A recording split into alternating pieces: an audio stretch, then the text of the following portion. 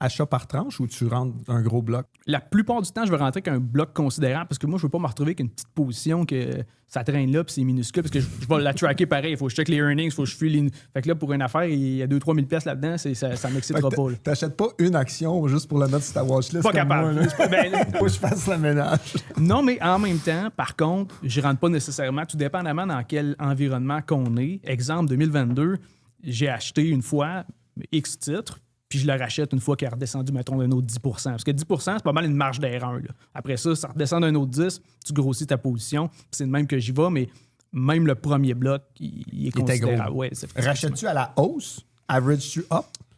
Ça m'est jamais arrivé historiquement. Ça pourrait, mais dans ma tête, je me dis tout le temps, il va avoir l'opportunité.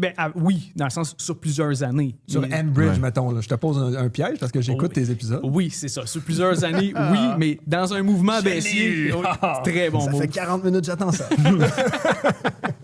Enbridge, je l'ai acheté récemment. Oui. Puis je l'avais acheté très bas en 2020. Et, le pétrole avait vraiment tombé tombé dans le négatif, mais c'est là que j'avais acheté, puis là, je l'ai racheté encore une fois. Fait que oui, j'average up, mais c'est très rare que je vais le faire parce que c'est juste quand au niveau des ratios, ça redevient une opportunité.